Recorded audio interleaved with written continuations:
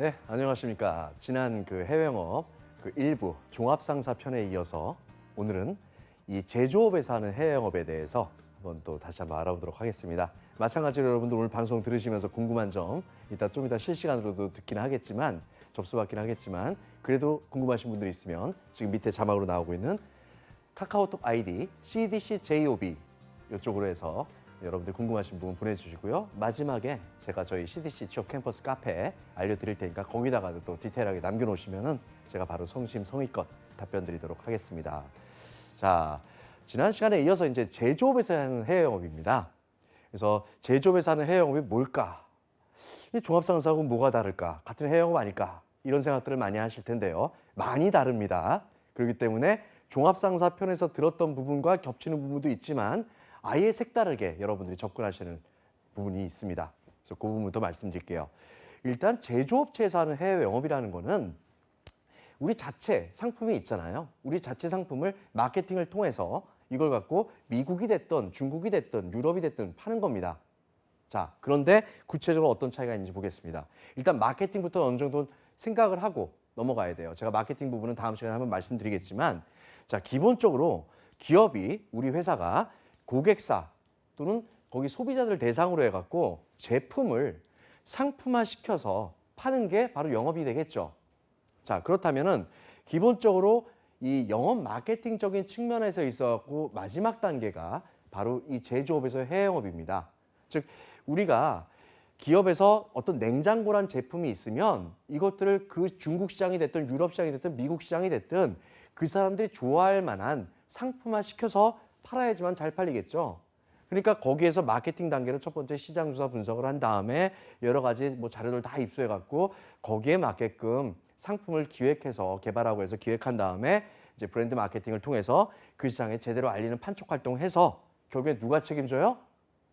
이 지역 마케터, 이 사람이 바로 해외 영업자인데 이 사람이 바로 담당 시장에 매출하고 손익을 어떻게 하면 제대로 확보할 수 있을까? 이걸 고민하고 실행에 옮기는 사람이라고 볼 수가 있어요. 자, 예를 들어서 지금 좀 전에 제가 냉장고를 말씀을 드렸는데 제가 삼성전자에서 해외 영업을 한다고 칩시다. 제가 직접 냉장고를 짊어지고 미국에 가서 거기서 파는 게 아니죠. 거기 가면은 미국 내에 우리 삼성전자 판매 법인이 있어요. 만일 좀 중견기업이라든지 이런 데다면은 판매 법인이 직접 안 나가 있다면 우리하고 계약을 맺고 있는 디스트리뷰터라든지 딜러 같은 판매 조직이 있습니다. 그 판매 법인이 됐든 우리 회사의 자체 법인이 됐든 아니면은 거기에 협력을 맺고 있는 유통사가 됐든 이 사람들이 거기 시장의 소비자들에게 제대로 우리 제품을 팔 수 있게끔 그렇게 만들어주는 다양한 전략들을 짜고 거기에는 판매 조직들이 제대로 팔 수 있게끔 실행할 수 있는 프로세스를 만들어주는 게 바로 제조업에서 하는 지역 마케터, 해외 영업, 지역 마케터를 여기도 써있지만 리저널 마케터, RM, 또 삼성전자처럼 또는 CJ 제일제당처럼 한 회사에서 여러 가지 제품을 담당할 수 있겠죠. 예를 든다면은 삼성전자라면은 삼성전자 생활가전사업부에서는 에어컨도 하고 있고 냉장고도 하고 있고 세탁기도 하고 있고 전자레인지도 합니다. 그러면 각각의 내가 혼자서 다 못하죠.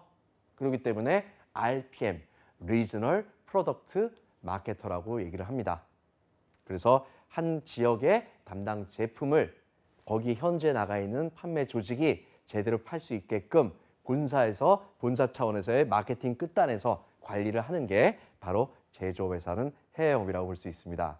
어떻게 보면 짧게 지금 한마디로 다 요약해서 말씀을 드렸고요. 제조업이기 때문에 여러분들은 반드시 SCM이라는 걸 아셔야 돼요. 여러분들 SCM 그러니까 굉장히 어렵고 무슨 산업공학에서 배운 단어처럼 생각하시는데요. 전혀 그렇지 않습니다. 자, 제가 이제 지금부터 설명드릴 테니까 제대로 한번 이해해 보세요.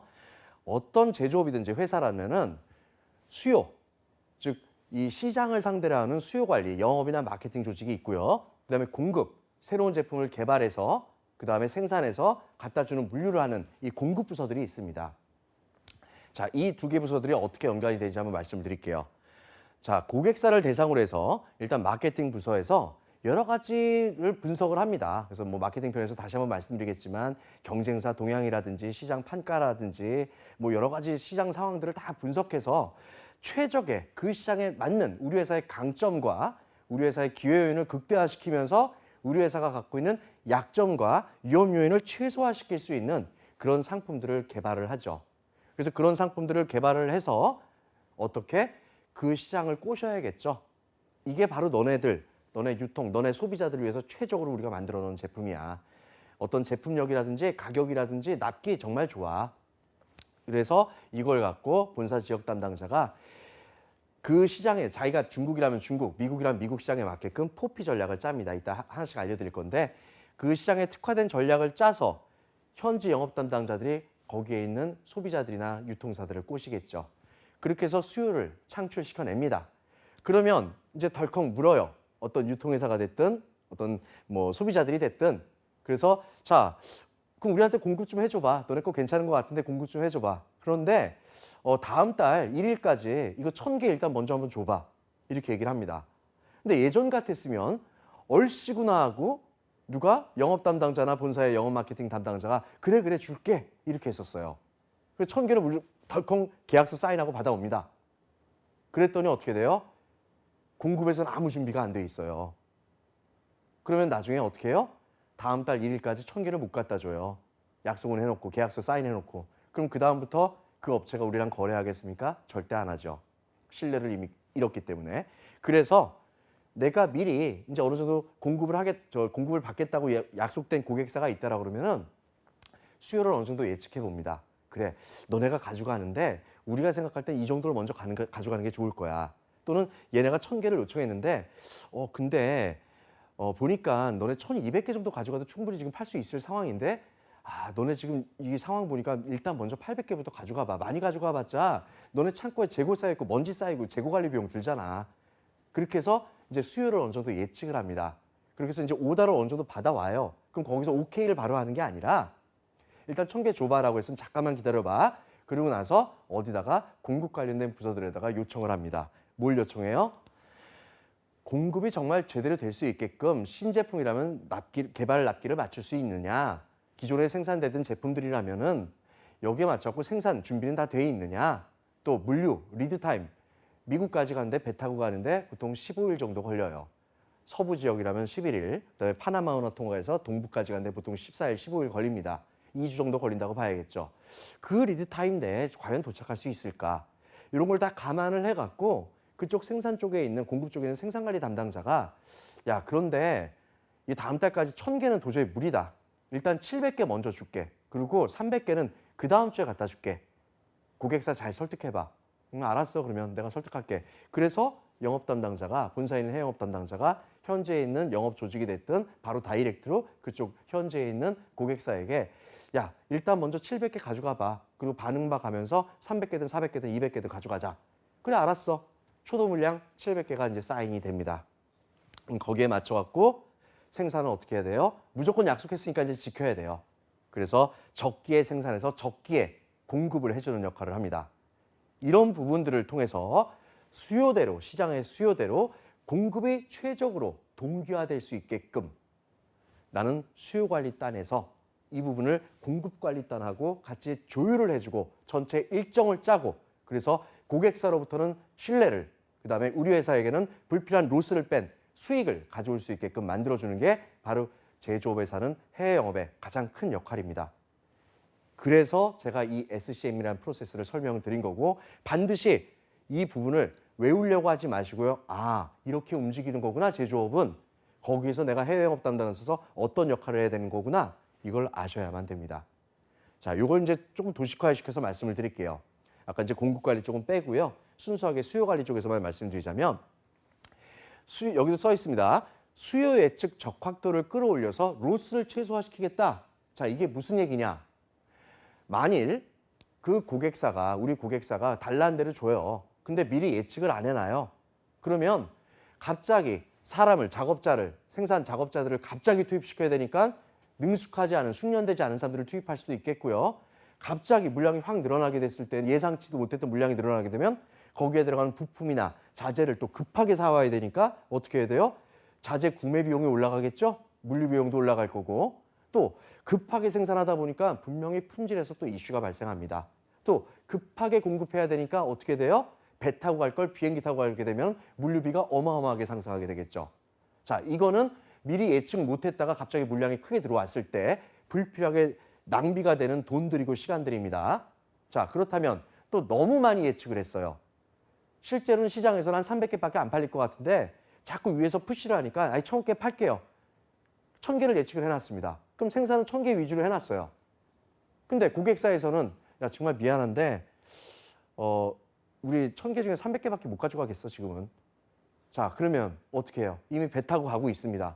700개를 어떻게 할 거예요? 바다에 떨어뜨릴 거예요? 아니면 700개를 미국에 갖다 놨는데 창고는 누가 무슨 재능기부에서 공짜로 대줍니까? 창고 운영 비용 들죠. 컨테이너 수배해 올 때 컨테이너 비용 들죠. 또 재고 보관해야 되니까 재고 거기서 그 관리 비용 들죠. 또 만일 이게 전자제품이 아니라 먹는 식제품이라면은 식음료 제품이라면 유통기한 때문에 버려야 될 수도 있겠죠. 그렇기 때문에 너무 과하게 예측을 해놨을 때는 그런 재고 관리 비용이라든지 불필요하게 발생될 수 있는 돈과 시간이 또 발생하게 됩니다. 그래서 나는 어떻게 본사에서 해외영업 담당자로서 미리미리 수요를 잘 예측해서 불필요하게 벌어지는 돈과 시간을 줄여서 나는 회사의 매출만 끌어올리는 그냥 영업 담당자가 아니라 현재 있는 판매 영업 담당자가 아니라 매출뿐만이 아니라 손익까지 챙겨야겠죠. 손익이 뭐예요? 매출 빼기 비용이 손익입니다. 나는 많이 팔고 비싸게 팔아서 매출도 끌어올려야 되는 것도 있지만 불필요하게 재고 비용이라든지 쇼티지로 해서 못 파는 그런 비용들을 줄여서 수익을 극대화시키는 게 제조업에서 하는 해외 영업이에요. 그래서 그걸 잘하기 위해서 어떻게 해야 돼요? 본사에서 상품 기획, 마케팅 담당자들은 뭘 합니까? 새로운 상품을 기획하고 기존 제품들을 시장에, 만일 제가 중국 담당이라면 중국에서 기존에 팔던 제품들을 빨리 단종을 시켜주고 또는 천천히 단종을 시켜주고 이 기존 모델을 언제쯤 단종시켜주냐에 따라서 신제품이 더 잘 팔리거나 또는 없어서 못 팔려서 시장을 잃거나 하진 않겠죠. 그래서 그런 프로덕트 라이프 사이클, PLC를 본사 마케팅에서 관리를 합니다. 그리고 지역 영업 담당자, 즉 해외 영업 담당자, 본사에 있는 해외 영업 담당자는 어떻게 해야 돼요? 아까도 말씀드렸지만 유럽이라든지 미국 같은 데는 거의 대부분 배 타고 가죠. 예를 들어서 종이 쪼가리라든지 아니면 휴대폰이라든지 반도체 칩 말고는 그런 건 다 비행기를 타고 갑니다. 근데 대부분의 물량들은 배를 타고 가죠. 운임비가 싸기 때문에. 그래서 배슬이라고 그래요. 배슬로 가는데 아까도 말씀드렸다시피 한국에서 출발해갖고 미국 서부까지 가는데 LA에 있는 롱비치 항구까지 가는데 보통 11일, 12일 평균적으로. 그다음에 동부, 저 파나마운하 통과해갖고 워싱턴 쪽이라든지 뉴욕 쪽에 가려면은 14일에서 15일 걸려요. 그러면 그 기간 동안에 갑자기 요청이 들어오면 어떻게 해요? 갑자기 배에서 생산할 수 없죠? 배에서 버릴 수가 없죠? 그렇기 때문에 생산하는 구간 일주일, 그 다음에 배 타고 가는 구간 2주일, 총 최하 3주, 그 다음에 배 타고 가서 미국 내에서 유통에 깔아놓은 다음에 거기서 파는데 1주, 최하 한 달, 4주 후, 5주 후, 보통 4주부터 8주 구간에 뒤에 4주, 8주 구간에 얼마만큼 팔릴 건가를 예측을 해놔야만이 우리가 생산을 해서 배를 태워서 물류를 해서 거기 도착해서 판매를 하는데 차질이 없습니다. 본사에 있는 해외 영업 담당자는 바로 그런 중장기 구간에 대한 수요를 정확하게 예측해야 돼요. 그리고 거래처하고 잘 거래해 가면서 그 확정된 구간 내에는 가급적이면 수주량을 변동시키지 않도록 미리미리 선행 관리를 해야겠죠. 이게 바로 본사에서 하는 해외 영업입니다. 그러면 현지에서 하는 영업, 예를 들어서 삼성전자로 따졌을 때는 미국의 그 SEA, 삼성 일렉트로닉스 아메리카라는 판매 법인이 뉴저지에 있어요. 그 판매 법인은 어떻게 하느냐? 삼성전자의 냉장고나 TV 같은 것들을 거기에는 로즈나 시얼즈 같은 우리나라 따지면 하이마트나 전자랜드예요. 거기에게 파는데 당장 이번 주나 다음 주에 팔 것만 고민하면 돼요. 이 사람들은. 그래서 이렇게 해서 본사 마케팅은 큰 그림에 그려갖고 전체 모델의 단종 프로세스 관리, 신제품 런칭 계획 이런 걸 잡고 그다음에 본인인 해외 영업 담당자는 중장기 구간 한 1개월에서 2개월 그 구간에 대해서 미리 픽스를 할 수 있도록 미리 수요 예측 잘하고 현지에 있는 판매 담당자들은 어떻게 당장 이번 주 다음 주에 팔 거를 고민하는 게 바로 SCM 선상에서 수요 관리 쪽에서 SCM을 제대로 수행하는 거라고 볼 수가 있습니다. 거기에서 바로 본인들은 지역 영업 담당자로서 하는 역할을 수행하게 됩니다. 자, 이제까지 기본적으로 이제 SCM도 알아봤어요. 프로세스도 알아봤고 이제는 여러분들이 이해가 될 겁니다. 본사와 지역 현장을 이어주는 코디네이터로서 여러분들은 어떤 업무를 하며 구체적으로 어떠한 역량과 자질들을 필요로 하는지, 그리고 거기에 맞춰서 여러분들은 어떤 단어들을 자기소개서나 면접 때 꺼내줘야 되는지를 지금부터 보여드리도록 하겠습니다. 그래야지만 매출뿐만 아니라 손익도 챙기기 때문이죠. 자, 일단 업무는 첫 번째가 세일즈예요.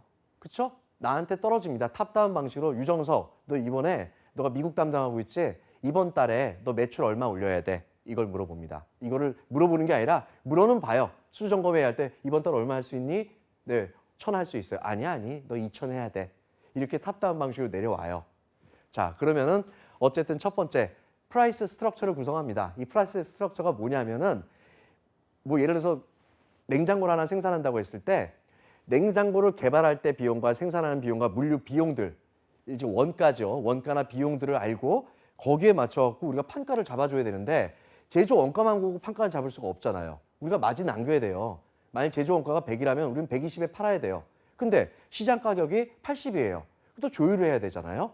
그래서 거기서 한번 마진 챙길 수 있게끔 가격 구조를 정하고요. 자, 그다음에 우리가 삼성전자의 생활가전 사업부가 누구한테 파는 거냐? 로즈나 베스트바이 같은 해외 유통에 직접 파는 게 아니에요. 삼성전자 생활가전 사업부 또는 비주얼 디스플레이, 영상 디스플레이 사업부의 TV를 누구한테 파느냐? SEA라는 북미 총괄에다 파는 거예요. 그래서 여러분들 이 삼성전자 같은 회사나 현대자동차 같은 회사도 마찬가지고 이중 매출 구조를 갖고 있습니다. 삼성전자의 본사가, 사업부가 삼성전자 북미 총괄이라는 회사에게 파는 거예요, 한번. 그럼 거기서도 또 걔네들이 사가고 거기서 마진을 우리가 챙겨야 되는 거고, 북미 총괄에는 SA 판매 법인이 누구한테 팔아요? 로즈나 베스트바이 같은 유통업체에 파는 거예요. 거기서 또 한번 마진 챙겨야겠죠. 그럼 로즈나 베스트바이 같은 데는 소비자한테 팔 때 또 마진 챙겨야 되죠. 쉽게 말해서 제조 원가가 100이라면은 실제 소비자한테 팔 때에는 이게 300이 될 수도 있고 200이 될 수도 있겠죠. 거기서 중간중간에 다 마진을 챙기기 때문에. 그래서 전체적인 제조 비용서부터 해갖고 우리 사업부의 마진, 그다음에 판매 법인의 마진, 유통업체의 마진, 그래서 소비자가 가져가는 가격, 전체 가격 구조를 짜는 게 프라이스 스트럭처를 구성을 합니다. 어떻게 돈 벌어야 되잖아요. 우리가 재능 기부하는 회사가 아니잖아요. 사회공헌하는 회사가 아니잖아요. 돈 벌게끔 프라이스 스트럭처를 짜고요. 그 다음에 이제 거기에 맞춰갖고 매달 떨어지는 매출 목표 대비했을 때 실적을 관리합니다.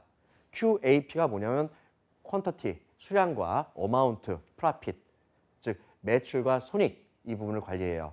여러분들 실제 입사해서 이제 앞으로 영업 조직을 가게 되면은요, 수량은 절대로 중요한 게 아닙니다. 퀀터티는 내가 100개를 팔던 10개를 팔던 내가 얼마만큼 매출 목표를 달성했냐, 매출. 어마운트가 중요한 거고요. 거기에 한 걸음 더 나아가서 프라핏. 그래서 팔았는데 얼마 남겼니? 이게 중요한 거예요. 그래서 자동차 회사 같은 데에는 대형차를 많이 팔았을 때 대형차 10대 파는 게 경차 100대 파는 것보다 더 많이 마진을 챙길 수가 있는 거죠. 그래서 이런 어마운트하고 프라핏을 제대로 관리하는 거.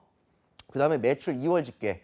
해외 영업이기 때문에요. 어떤 문제가 또 발생하냐. 국내 영업이라면 상관이 없어요. 당장 오늘 판 거 오늘 매출이 발생합니다. 해외 영업은요. 자, 우리가 보통 거래 조건을 어떻게 형성하냐면 우리가 배를 태워 보내는 시간에 FOB 시점에서 돈을 받는 것도 있고요. 현지 도착할 때 돈을 받는 게 있어요. 그게 이제 C 조건이 되겠죠. CIF나 CFR. FOB 조건이란 우리가 부산항에서 딱 실는 순간 우리는 돈을 받았다고 쳐요. 근데 CFR이나 CIF, 배 타고 현지에 도착해서 걔네들이 검수해서 오케이 도착했어. 이럴 때 매출이 발생해요. 자, 그렇다면은 FOB보다도 CIF나 CFR 조건이 훨씬 많습니다. 그러면 내가 배를 3월 15일 날 실었어요.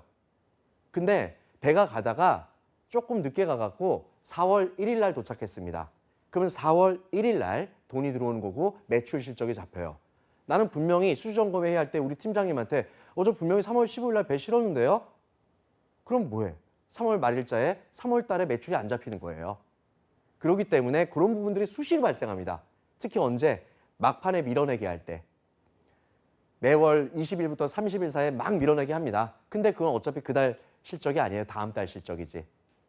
그렇다고 해서 다음 달, 지금 예를 들어 3월인데 4월 달에 3월에 밀어낸 게 있으니까 나한테 매출 목표가 떨어질 때 이거는 빼고 나머지만 하면 되겠다? 절대 아니죠. 또 새로운 목표가 떨어져요. 그렇기 때문에 힘들어요. 계속해서 계속해서 누적되면서 저는 매출 2월 집계를 해야 됩니다. 그래서 이런 활동을 하고요. 또 수주점검 회의는 뭐냐? 매월 1일부터 31일까지 있다라고 쳤을 때 1일부터 10일 사이에는 보통 뭐 일주일에 한 번 정도 이렇게 수점검 회의를 합니다. 근데 언제부터? 10일에서 한 20일 그때 매월 10일에서 20일 이때는 거의 매일 해요. 왜? 그때 집중적으로 보내야지만 현지 도착하는 시점이 보름 뒤에 도착하잖아요. 그래야지 그달 실적으로 잡히잖아요. 그러니까 매일같이 아침에 팀장님 주관으로 해서 상무님 주관으로 또는 부장님 주관으로 모든 담당 지역들이 모여갖고 너 이번에 매출을 어떻게 하고 있어? 진척도 점검하는 거예요. 그래서 이런 회의를 참여하게 되고요. 실적 부진 사유가 당연히 성취 사유보다 훨씬 많겠죠. 성취보다는 부진한 게 더 많을 겁니다. 달성하는 것보다. 그럼 부진 사유에 대해서 분석해야 돼요. 여러 가지 원인이 있겠죠. 개발이 늦어져서 공급이 늦을 수도 있고 생산이 늦어질 수도 있고 현지에서 판매가 잘 안 됐을 수도 있고 그런 이유에 대해서 구체적으로 원인을 분석한 다음에 만회 대책을 필요하다 그러면 공급 부서들, 개발이나 생산이나 품질 부서와 또는 물류 부서와 필요하다 그러면 현재에 있는 판매 조직과 같이 만회 대책을 짜는 행위를 합니다. 그리고 현재에 있는 판매 조직하고 함께 아까 말했다시피 미국의 로즈나 베스트바이에 있는 구매 바이어들, 담당자들 또는 거기 부사장 이런 사람들을 한국에 초청해서 의전 행사를 합니다. 우리 공장 보여주고요. 맛있는 거 먹여주고요. 좋은 데서 재워주면서 우리가 차년도 또 3년 뒤에 우리 제품의 라인업을 이렇게 가져갈 겁니다. 그리고 또 맛있는 거 먹여가면서 우리 가격 좀 살짝 올려볼까요? 이런 것들을 하는 본사 초청 행사를 하게 되겠죠. 이런 부분들이 바로 세일즈적인 측면에서 활동을 하는 거예요. 즉 뭐야? 돈을 벌어야 되는 거잖아요. 해외 영업이니까. 돈을 벌기 위한 이런 활동들을 하는데 자, 돈을 벌기 위해서는 어떻게 해야 돼요? 두 번째가 바로 마케팅적인 요소가 들어가야겠죠. 가만히 있는데 돈 버는 게 아니죠. 해외 영업 담당자가 마케팅합니다. 뭘 마케팅하느냐? 담당 시장 또는 그 상권에 최적으로 적합한 포피 전략을 짭니다. 그리고 영업 조직이 실행하게 만들어요. 여기서 포피는 뭐냐? 제품, 프로덕트죠. 프로덕트 부분에서 우리가 냉장고가 수십 가지 냉장고 모델이 있는데 그 미국 시장에 만든 미국 사람들이 좋아할 만한 색상이나 사이즈 그런 것들을 갖고만 선택과 집중으로 라인업을 만들어서 팔아야겠죠. 우리가 갖고 있는 걸 다 어떻게 팔아요? 못 팔아요. 그렇기 때문에 그 시장이 좋아할 만한 모델 라인업을 선정하고 또 모델 믹스를 통해서 예를 들어서 다 잘 팔리면 얼마나 좋겠습니까? 다 비싼 모델이면 얼마나 좋겠습니까? 하지만 비싼 모델을 팔기 위해서 반드시 같이 껴들어가는 모델들이 있어야 돼요. 꼬실 수 있는 모델들. 그래서 그런 모델 믹스를 잘 해서 전체 매출 확대를 되게끔 모델 전략을 짜는 거고요. 거기에 더불어서 경쟁사들은 어떤 모델들을 판매하고 있느냐 이런 것들을 옵션도 분석을 해야겠죠. 이게 바로 프로덕트 전략이고요. 프라이스는 뭐냐? 아까 앞서 말씀드린 그런 프라이스 스트럭처를 기초를 통해 갖고 제조 원가나 물류비나 영업 마진들을 감안해서 가격 책정을 합니다. 플레이스. 자, 중국이란 큰 땅덩어리도 보면은 중국 내에서도 지역별로 성향이 틀리겠죠. 소비 성향이. 그 다음에 중국이란 큰 땅덩어리에도 예를 들어서 큰 유통회사들이 있을 거고요. 또는 어떤 지역에는 아주 작은 유통회사가 연합되어 있는 데들도 있어요. 보통 이제 대리상이라고도 경소상이라고도 이렇게 얘기를 하는데 그런 지역별의 거래선별로 통합 또는 차별화된 어떤 전략들을 짜놔야겠죠. 똑같이 거래선 전략을 할 수가 없는 거예요. 한국도 마찬가지죠. 한국으로 따졌을 때 여러분들 이해하기 쉽게 말씀드리자면 우리가 똑같이 TV를 파는데 홈플러스에서 삼성 TV를 팔 때랑 백화점에서 삼성 TV를 팔 때랑 디지털 플레이에서 삼성 TV를 팔 때랑 거기에마다 모델도 틀리고 거기에 판촉 전략도 틀립니다. 바로 그것들이 플레이스 전략이 될 거예요. 그다음 프로모션, 판촉이죠. 연간 시즈널 로트라는 게 있어요. 가전제품뿐만 아니라 모든 제품들이 마찬가지입니다. 1월 달에 잘 팔리는 제품들이 있고요. 또는 9월 달에 잘 팔리는 제품들이 있어요. 그래서 과거에 그런 월별로 시즈널 로트를 감안해 갖고 판매와 재고를 잘 서로 비교해 가면서 미리 재고 안 쌓이게끔 판촉을 언제쯤 시행해야겠다. 또 판촉을 할 때 그 지역 사람들, 그 국가 사람들이 좋아할 만한 색깔이라든지 또는 디자인이라든지 POP 광고물들을 어떻게 설치해야겠다. 우리나라처럼 SNS가 활성화된다면 SNS 마케팅을 많이 해야 되지만 SNS가 활성화되지 않은 동남아 지역이라든지 이런 데서는 SNS를 써봤자 별 효과가 없겠죠. 그래서 그런 판촉 계획, 온라인, 오프라인의 판촉 계획을 짜는 게 바로 이 네 가지 포피 전략입니다. 이런 부분들을 혼자 짜는 게 아니에요. 누구랑? 본사에 있는 마케팅 부서의 시장조사 분석, 상품 기획, 브랜드 마케팅, 마케팅 커뮤니케이션 이 전문가들의 머리를 빌려서 나는 내 담당 시장의 스페셜리스트로서 이런 전략들을 수행하는 거예요. 또 두 번째로는 시장 동향들을 계속해서 모니터링합니다. 그래서 지속적으로 이 마케팅적인 요소들을 마케팅의 탑 파트에다 전달해 줘야겠죠. 지금 무슨 얘기냐면 앞부분에 있는 부분은 본사의 마케팅 전략을 갖고 내가 짜서 현장에서 실행할 수 있게 만들어주는 거고, 두 번째 부분은 뭐냐? 현장에서 들은 얘기들을 갖고 본사에서 마케팅 전략을 짤 때 이런 부분들을 감안해서 짤 수 있게끔 만들어주는 거예요. 그리고 이런 부분들 또 하나가 이제 본사의 마케팅 정책이라든지 MDF가 뭐냐면 마케팅 디벨롭먼트 펀드라고 해서 판촉 비용을 말해요. 우리가 이 미국에서 또는 호주에서 우리 냉장고 많이 팔기 위해서는 어떤 광고 판촉에 대해 최소한 돈이 이 정도는 필요해. 그러니까 이것 좀 우리한테 좀 집행할 수 있게끔 편성 좀 해줘. 그래서 받아오면은 그런 것들이 판매법인에서 제대로 시행할 수 있게끔 도와줘야겠죠. 그래서 이런 부분들을 갖고 마케팅 활동을 합니다. 자, 마케팅만 잘한다고 돼서는 될 일이 아니죠. 오른쪽 날개가 세일즈를 하기 위해서 오른쪽 날개가 마케팅이라고 한다면 왼쪽 날개가 뭐가 있어야 되느냐? 바로 SCM 쪽으로 여러분들이 행동을 해야 돼요. 아까 앞에도 잠깐 SCM 설명드렸지만 수혜측 정확하게 해야 됩니다. 보통 이걸 전문용어로 수혜측 적확도, 영어로는 포캐스트 애큐러시라고 합니다. 이걸 어떻게든지 끌어올려갖고 아까 말한 대로 쇼티지, 없어서 못 팔면 안 되고 너무 많아서 재고 비용 들면 안 되는 거, 그렇게 하기 위해서는 어떻게 해야 되느냐. 가만히 있는데 수혜측 잘하는 게 아니죠. 점쟁이도 아니고. 과거의 3개년 동안에 월별로 판매됐던 수량과 재고 수량들을 어차피 시스템에 다 근거가 남아있으니까 모델별로, 사양별로 시스템에서 로데이터를 다 다운받습니다. 그래서 엑셀에 피벗 테이블 함수 써가면서 분석을 해봅니다. 즉, 숫자를 데이터화시켜서 트렌드로 한번 보는 거예요.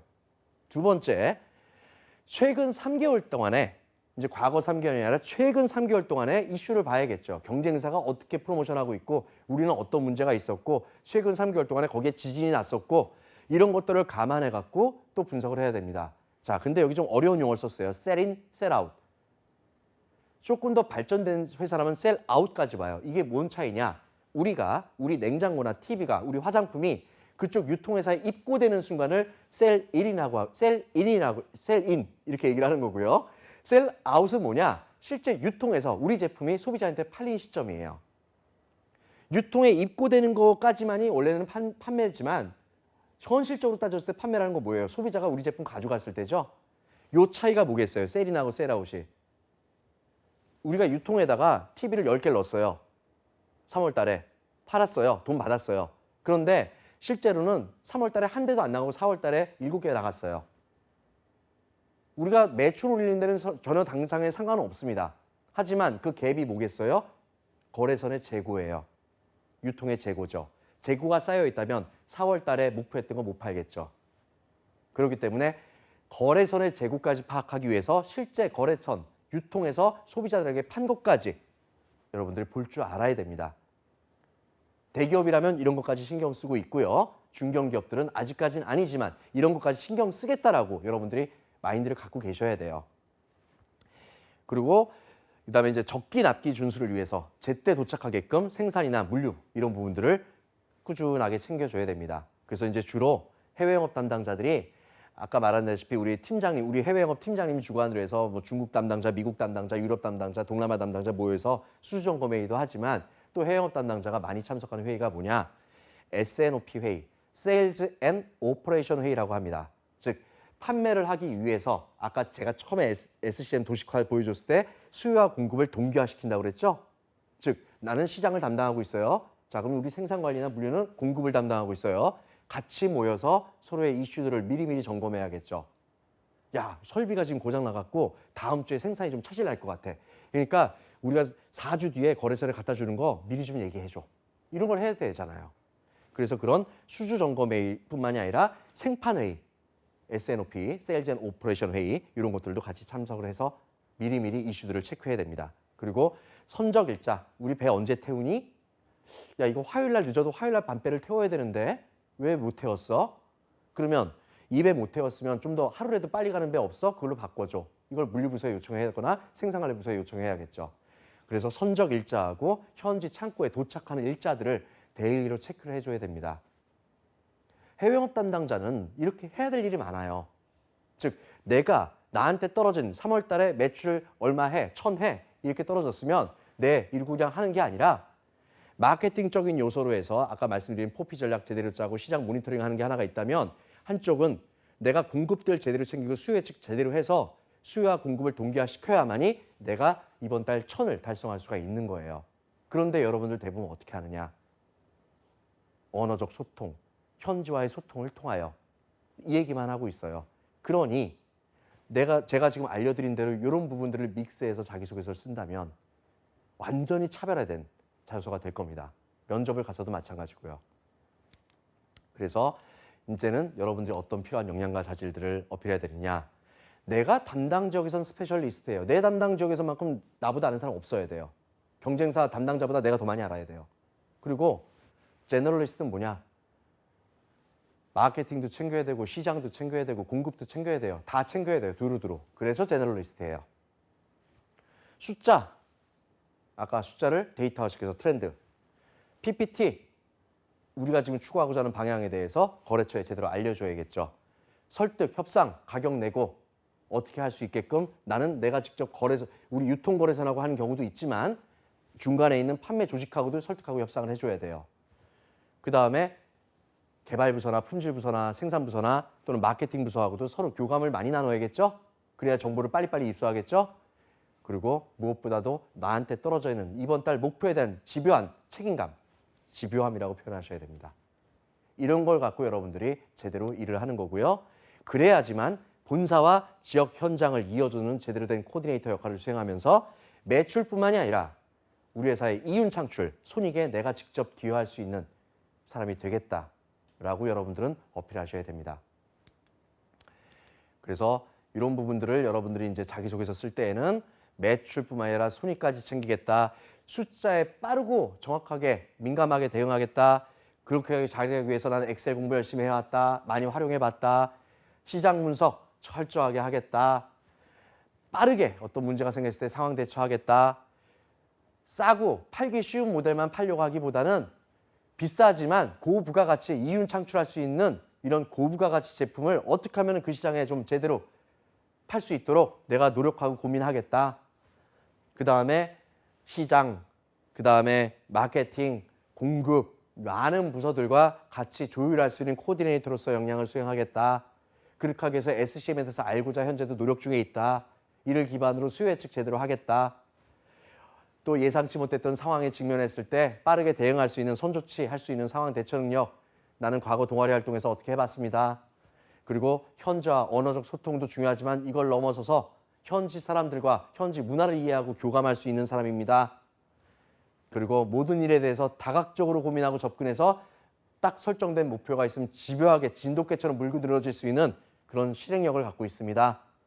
이런 것들이 여러분들의 성장 과정이라든지 학창 시절이라든지 아니면은 본인의 성격의 강점이라든지 직무상 강점이라든지 지원 동기나 입사 후 포부 등의 이런 단어들이 소제목 또는 두 가지식으로 보여주고 여기에 적합한 사례들이 본론으로 들어와 줘야 되는 거고요. 면접을 갔을 때에도 마찬가지로 이걸 말로 표현해 주는 겁니다. 정말 중요한 얘기들 많이 드렸어요. 이거 진짜 굉장히 중요한 얘기고요. 제가 왜 이렇게 열을 내서 얘기를 하느냐. 제가 삼성전자에서 해외 영업을 해보면서 느낀 점, SCM을 해보면서 느낀 점이에요. 실제로 많은 기업들이 고민이고 이렇게 해야 되는 방향이에요. 그래서 여러분들 아시기 바라고 준비는 어떻게 해야 되느냐. 일단 업종에 대해서 내가 다루고자 하는 제품이 있는 그 업종에 대한 시장, 미래 예측, 트렌드 자료 같은 것들을 스크랩을 많이 하세요. 예를 든다면 여러분들이 뭐 전기, 전자, IT 쪽을 지원할 친구라면은 최근에 1월 달에 라스베가스에 있었던 그 CES 2017 쇼라든지 또는 얼마 전에 끝난 월드 모바일 콩그레스 같은 WMC 2017 IT 기기 쇼라든지 이런 데서 나와 있는 어떤 각 기업들의 기조연설, CEO들이라든지 주요 경영진이 기조연설한 것들도 봐야 될 거고요. 또 여러분들 GD넷 코리아라든지 전자신문 통해서 최근에 기술 트렌드가 어떻게 변화돼 가고 있고 여기면서 소비 트렌드는 어떻게 변화돼 가고 있는지 이런 부분들을 미리미리 체크해야 됩니다. 또 관세도 알아야겠죠. 마찬가지로 내가 수출한 지역에. 그리고 SCM 중에서 수혜측 적확도나 물류와 관련된 지식이나 정보를 얻기 위해서는 어떻게 해야 되느냐? 서점에 가서 수요 예측과 관련된 책들 얇은 것들 많아요. 또는 SCM 프로세스 혁신 이런 책들도 있습니다. 거기서 수요 관리 이런 부분에 대해 S&OP 이런 부분에 대해서 여러분들이 좀 숙지를 해야 되고요.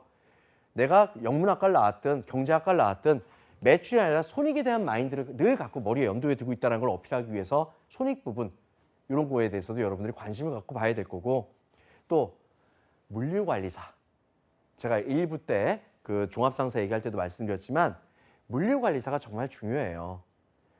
제조업에서 국제무역사 그렇게 중요하지 않습니다. 물론 아는 게 힘이기 때문에 좋긴 하지만 물류관리사 갖고 있으면 거기서 필요한 부분들 무역 쪽과 관련된 거라든지 물류 쪽과 관련된 거라든지 다 배워요. 그래서 이런 자격증 취득하면 유리합니다.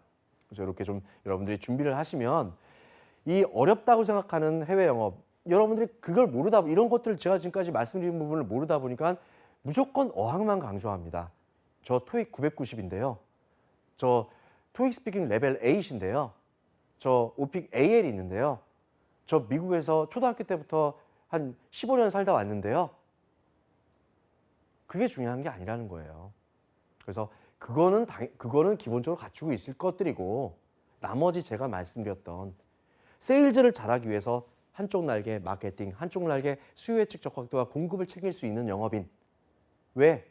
리드 타임이 길기 때문에 국내 영업보다 배 타고 가는 시간이 길기 때문에 그 사이에 움직이면 안 돼요. 물량이. 그래서 좀 전에 말씀드렸던 부분들 굉장히 중요하니까 여러분들 제대로 한번 참고하시기 바라고요. 특히나 또 하나 더 여기서는 없지만 팁으로 말씀드릴 거. 여러분들이 시장에 있는 고객사라든지 유통을 대상으로 해서 우리 제품을 어필할 때 우리 제품은 좋아요가 아니라 퀄리티뿐만 아니라 코스트하고 딜리버리 측면에서도 분명히 셀링 포인트를 만들어 주셔야 되고요. 또 여러분들 해외 영업에 입사했을 때 가장 여러분들이 교감을 많이 나누고 커뮤니케이션을 해야 될 부분이 어디냐면 상품기획 부서하고 개발 부서예요. 우리 제품이 겉에 보여져 있는 강점뿐만이 아니라 눈에 보이지 않는 이런 기능들이 있는 게 있어요. 그런데도 불구하고 해외 영업 담당자가 현지 판매 담당자한테 그런 부분을 설득을 못해요. 설명을 못해요. 모르니까. 그래서 개발부서나 상품기획부서 여기하고 늘 교감을 나누려면 어떻게 해야 돼요? 인간적 유대관계가 있어야 됩니다. 꼭 명심하시고 여러분들 취업 준비하실 때 한번 활용해 보시기 바랍니다. 자, 이제 이 1부에서 종합상사 해외영업 끝냈고요. 이제 제조업 말씀을 드렸어요. 그다음에 벤더는 제가 초기에 말씀드렸습니다. 자, 지금부터는 이제 여러분들이 궁금해하는 부분들 한번 쭉 접수를 받아볼게요.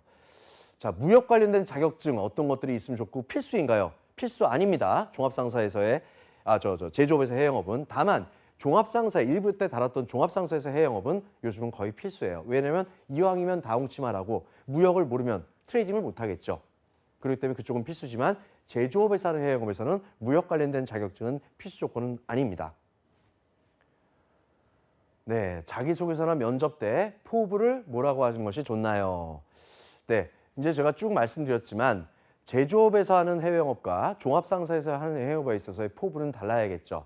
종합상사를 먼저 말씀드리자면 종합상사에서 포부는 제가 초기에도 말씀드렸지만 세상에 존재하는 모든 것들을 팔고 사는 데 있어서 마진을 챙길 수 있도록 늘 고민하겠다. 이런 부분이 나오고 새로운 시장을 발굴하기 위해서 다각적으로 고민하겠다. 그렇게 하기 위해서 나는 어떻게 노력을 해왔다. 이런 부분들이 나와줘야 돼요. 자, 제조업에서 해외영업에 있어갖고의 포부라는 건 뭐겠어요? 매출뿐만 아니라 손익을 극대화하기 위해서 시장만 챙기는 사람이 아니라 공급도 챙겨서 수요하고 공급을 최적으로 동기화시켜서 고객사에게는 신뢰를, 우리 회사에게는 매출이 아니라 수익을 가져올 수 있는 해외영업인이 되겠습니다. 이런 부분들이 여러분들의 포부로 나와줘야 됩니다. 아, 네. 여자도 많이 뽑나요? 네. 방송이지만 솔직하게 말씀드리겠습니다. 종합상사는 여자 많이 안 뽑습니다. 왜? 워낙 오지를 많이 돌아다녀야 돼요. 옛날처럼 여러분들이 생각하는 수트 쫙 빼입고 007 가방 들고 돌아다니면서 거기에서 협상 테이블에서 딱 노트북 펼쳐서 따다닥 협상하고 계약서 딱 출력하는 게 요즘에 종합상사의 해외영업이 아닙니다. 가서 작업복 갈아입고 안전화 신고 화이바 쓰고 탄광에 앉아서 쭈그리고 앉아서 또는 직접 돌아다니면서 오지를 다 돌아다녀야 돼요. 그렇기 때문에 여러 가지 리스크가 많기 때문에 여자들을 많이 안 뽑습니다. 물론 뽑습니다. 뽑지만 해외 영업으로 뽑아서 어디에 배치시키느냐. 본사에서 이런 해외 영업적인 요소들을 영업 지원해주는, 영업 관리해주는 이런 쪽으로 많이 배치를 시켜요. 하지만 제조업에서 해외 영업은 여자를 많이 뽑습니다. 왜? 어차피 내가 냉장고 짊어지고 가서 미국에 파는 게 아니잖아요. 꼼꼼하게 제대로 챙길 수 있어야 되기 때문에 남녀를 별로 불문 안 하고 그러니까 따지지 않고 뽑는다고 보시면 됩니다. 이상으로 이제 모든 내용들을 해외 영업에서 마쳤고요. 쭉 강의 듣고 나서 궁금하신 부분들이 있으면요 네이버에 CDC 취업이라고 검색을 하시면 저희 그 맨 첫 번째 CDC 캠퍼스라는 사이트가 뜹니다. 들어오시게 되면은 여기에 이제 회원 가입하시고 나면은 무료 취업 상담에 질문이 있어요. 여기다 이제 질문 많이 남기시고요. 또 제가 방송이라든지 칼럼 썼던 부분들을 여러분들이 무료로 보실 수 있는 무료 컨설팅 자료도 있으니까 언제든지 활용하시기 바랍니다. 자, 이 시간 동안 같이 해주셔서 정말 감사드립니다.